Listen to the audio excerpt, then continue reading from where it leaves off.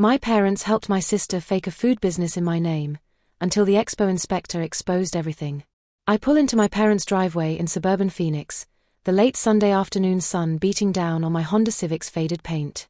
The familiar scent of Mom's famous enchiladas drifts from the kitchen, mixing with the desert air that carries hints of creosote and my neighbor's barbecue. Sunday dinner, a Morales family tradition as reliable as Dad's complaints about the Cardinals and my sister Lucia's latest get-rich-quick scheme. What isn't reliable is the electric energy crackling through the house as I push open the front door. Something's different. The air feels charged, like those moments before a thunderstorm rolls across the Sonoran Desert. My stomach drops. Hannah. Perfect timing. Mom calls from the dining room, her voice pitched higher than usual, that particular tone she uses when she's especially proud of something Lucia has accomplished. It never ends well for me. I follow her voice and freeze in the archway. My parents and Lucia huddle around our old oak dining table, bent over what looks like professional marketing materials. Glossy brochures spread across the surface like battle plans. Dad's reading glasses perch on his nose as he studies one intently. Lucia's perfectly manicured finger points to something on another flyer, her face flushed with the kind of excitement I remember from her cheerleading days. Then I catch it, a glimpse of familiar text on one of the papers. My name. My hard-earned credentials. Something ice-cold slides down my spine.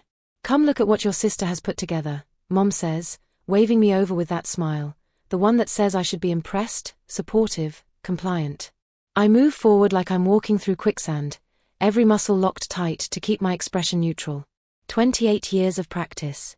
Mom proudly hands me a flyer, her dark eyes bright with anticipation. Isn't it wonderful? Look at the tagline. I read the words, each one hitting like a physical blow. Approved by our family's own nutrition expert, Hannah Morales, RDN. My fingers tighten on the glossy paper. My credentials. My license. My 5 years of college and internship hell, being used without my knowledge or permission. Lucia bounces on her toes, unable to contain herself. It's a meal delivery business. Healthy Southwestern cuisine delivered right to people's doors. I've already got 15 pre-orders from people at my CrossFit gym.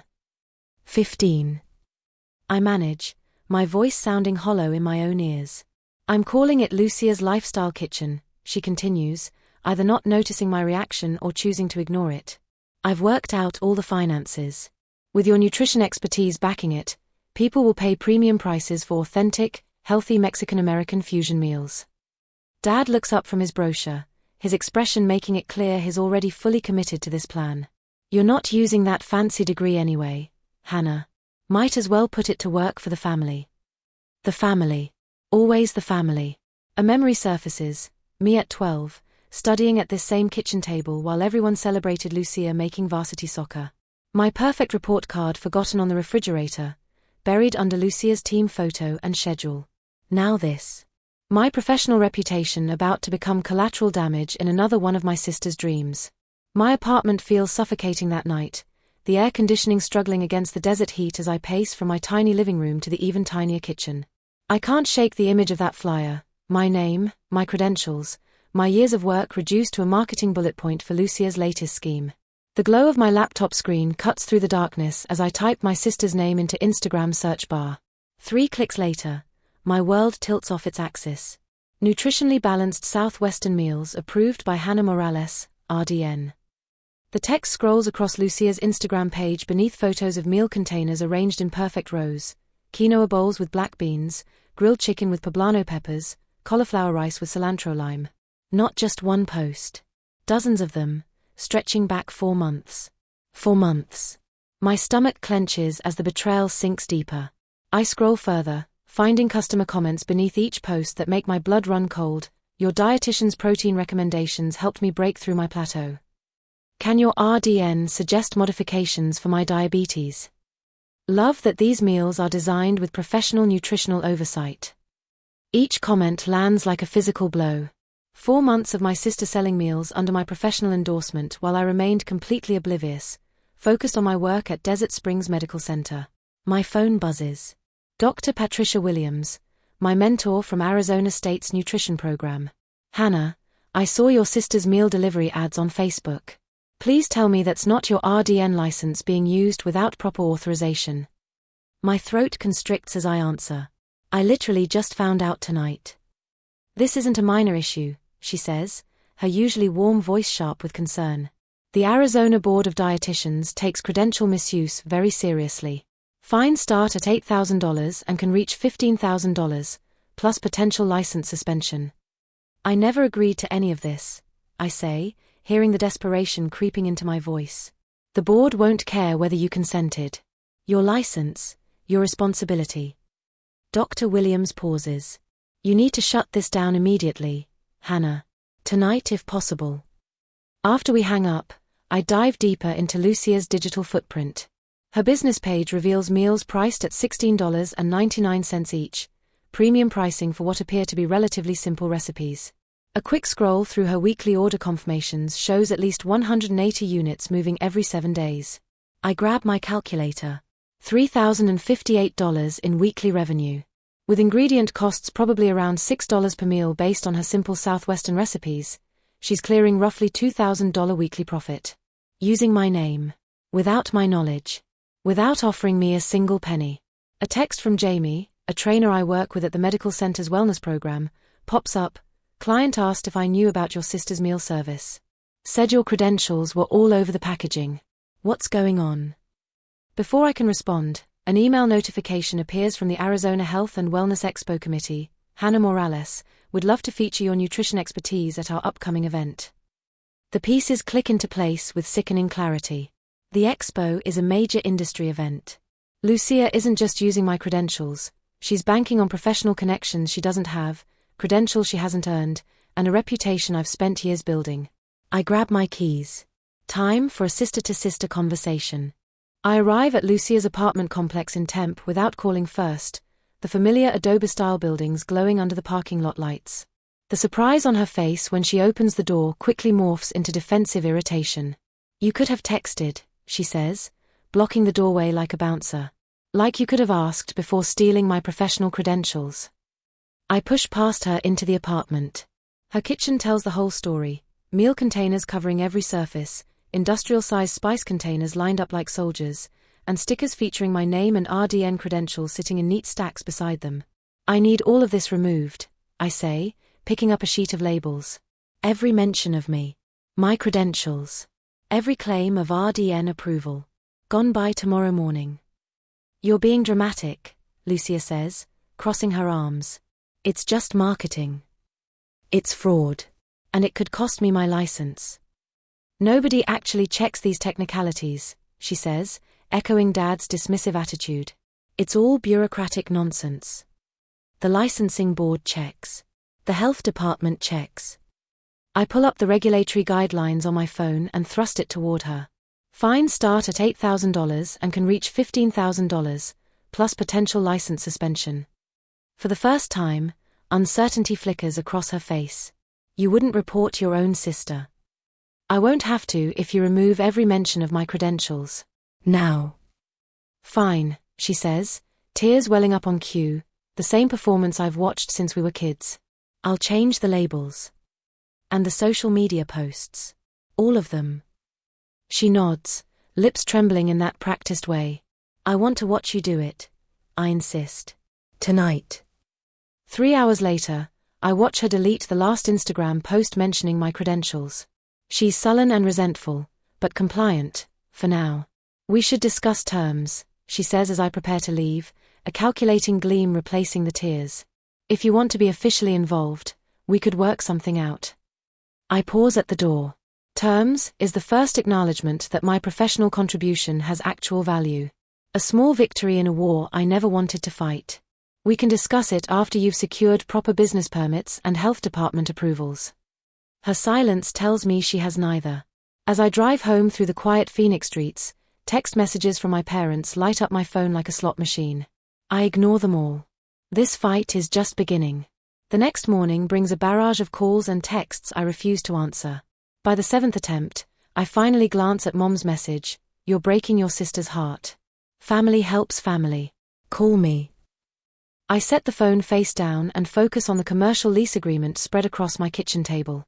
The Scottsdale property costs more than I'd planned, but the location is perfect, equidistant from 3 upscale gyms whose clients have the disposable income for personalized nutrition services and meal planning. You're not using that fancy degree anyway, Dad's voice echoes in my head. But I am. Every single day. And I'm about to prove it. The doorbell rings at 8 a.m. sharp. Dr. Williams stands on my doorstep, her silver hair pulled back in her trademark no-nonsense bun, a leather portfolio tucked under her arm. You look exhausted, she says, brushing past me into my apartment. Have you been sleeping? Not much. I close the door behind her.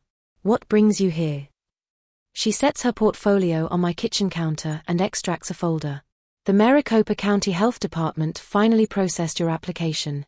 You're officially permitted to operate a commercial meal preparation facility, assuming your space passes inspection. I take the folder with both hands, another piece of my plan falling into place. You're really doing this, she says, studying my face with the intensity that made her legendary at ASU. I am. Good. She pulls out a second folder. The Arizona Health and Wellness Expo wants you as their featured speaker. Ethical nutrition, building trust through compliance. 25 minutes, main stage, Saturday afternoon. My stomach tightens. The same expo where Lucia's planning her grand debut. Is she? Dr. Williams asks, reading my expression. Posted about it yesterday. Still using my credentials, despite our conversation. Dr. Williams' mouth becomes a thin line. Then perhaps it's fortunate I brought this. She produces a third folder. Health code requirements for temporary food facilities at public events. Every violation carries a $1,200 fine. I flip through the pages, temperature control requirements, hand washing stations, permit displays. The knot in my stomach loosens. Rules. Structure. Requirements. Everything Lucia's always avoided. Thank you, I say, closing the folder. For all of this. She waves away my gratitude. You earned it. I didn't carry you through your certification. You did the work. The work. Years of studying while my family celebrated Lucia's community college theater performances. Nights analyzing nutritional research while they helped her move apartments, the security deposit always a gift from our parents. Weekends cramming for exams while they attended her boyfriend's band performances. My phone buzzes. A text from Derek, a personal trainer I collaborate with. Got you wholesale prices on that kitchen equipment. Call me. Dr. Williams notices my smile. Your gym colleague. Yeah. He's helping with equipment sourcing. Good. You need allies. She examines the lease agreement on my table. When do you sign? Tomorrow morning. She nods, satisfied. I'll be there. You don't have to. I will be there, she repeats firmly. After she leaves, I stand in my kitchen surrounded by paperwork, contracts, permits, equipment lists, the architecture of my future taking shape on my dining table. My phone buzzes with a text from an unknown number. Hi Hannah, this is Carol from Fit Life Studio. Derek gave me your number. Do you have room for a new client? I need someone who actually understands nutrition science, not just Instagram trends. Before I can respond, another text arrives. Hannah, this is Brad from Derek's gym. Can I get on your waiting list for when you open? Heard great things. The validation feels strange, like putting on clothes that actually fit after years of hand-me-downs. That night, I dream of my RDN licensing ceremony, the culmination of years of sacrifice. In reality, only Dr. Williams attended while my family went to Lucia's community theater opening night. In my dreams, I stand alone on that stage, diploma in hand, finally ready to build something entirely my own.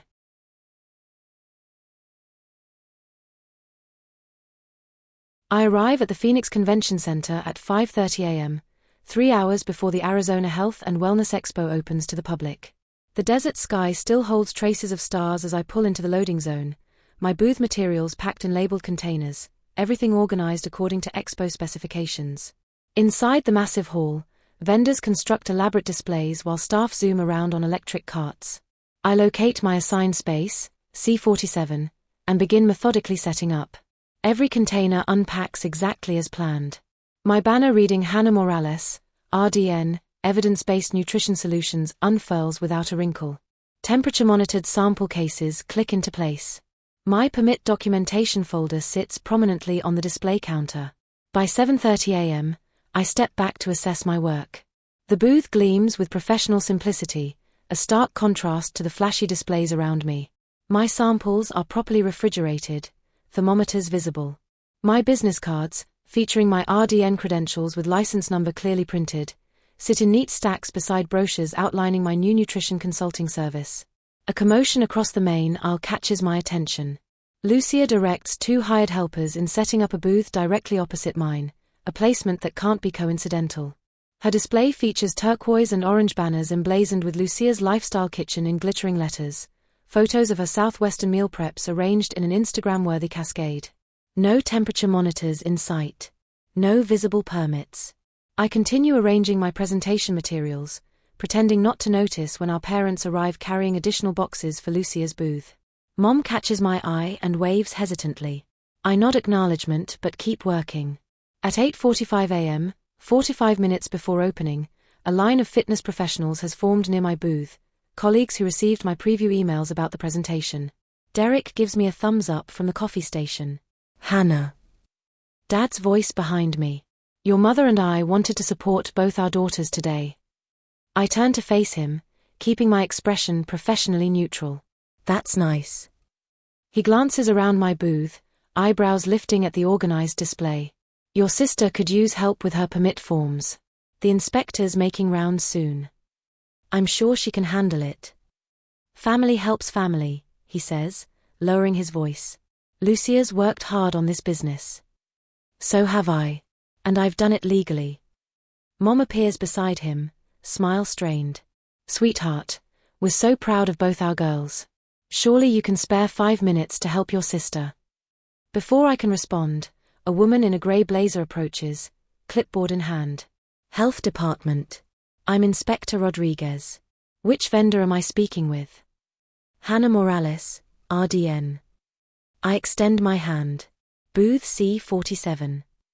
The inspection proceeds with methodical precision. She checks my temperature logs, examines sample storage, reviews my business license and temporary food service permit. She notes my ServSafe certification and verifies my RDN credentials. Everything appears to be in compliance, she says, initialing my form. Excellent preparation, Ms. Morales. Not everyone takes food safety this seriously. Thank you. She moves directly to Lucia's booth. I greet early arrivals but can't help noticing the inspection growing increasingly tense. Inspector Rodriguez's voice rises as she points to various violations. Miss, without proper refrigeration and permits, you cannot serve food samples, the inspector states firmly. These temperature readings are well outside safe ranges. But my sister, Lucia points toward my booth. Your sister's operation is properly permitted and equipped. Inspector Rodriguez cuts her off, pulling an orange tag from her clipboard. This booth is non-compliant. You may remain to distribute information only. The orange NON compliance sign goes up just as Expo doors open to the public. Sunday afternoon finds me back in my parents' driveway, arriving 30 minutes after their urgent text. The aftermath of the Expo still hangs in the air like monsoon humidity. 3 cars sit in the driveway, Dad's silver Ford F-150, Mom's white Camry, and Lucia's red Mustang convertible that she couldn't afford but financed anyway. The front door opens before I knock. Mom rushes forward, hands fluttering around my shoulders without quite touching me. Everyone's waiting in the living room, she says, voice pitched for reconciliation. We need to discuss what happened yesterday. I nod, following her inside, my folder of evidence weighing heavy under my arm. The living room tableau looks carefully staged, Lucia curled on the couch with red-rimmed eyes, Dad standing with arms crossed by the window overlooking their desert landscaping. The moment I enter, Lucia's waterworks activate. How could you, she demands, mascara artfully smudged. You humiliated me in front of everyone I know. I set my folder on the coffee table without responding. 3 days ago, that accusation would have cut deep. Now it feels like watching a rerun of a show I've outgrown. The health inspector shut you down, Lucia. Not me. Dad turns from the window. This petty competition between you two has gone far enough. Competition. The word nearly makes me laugh. There was never any competition. Mom slides into her eternal peacemaker role. Honey, we're trying to understand why you couldn't share your success with your sister. Family supports family. Does family steal from family? I ask quietly. Nobody stole anything, Dad snaps. Your sister had a setback because of bureaucratic red tape you could have helped her navigate. I open my folder and place the first document on the table, a screenshot from Lucia's Instagram, dated 4 months ago. Notice the date. She was already using my credentials before asking permission. Lucia's crying pauses momentarily before resuming with renewed vigor. I lay down a second document. Health Department citation. Preparing food in an uncertified kitchen, no food handler permit, no business license. These aren't technicalities, they're laws designed to protect public health. Mom reaches for my hand. Hannah, we understand you're upset. I'm not upset. I'm establishing boundaries. I continue laying down papers. This is a financial analysis.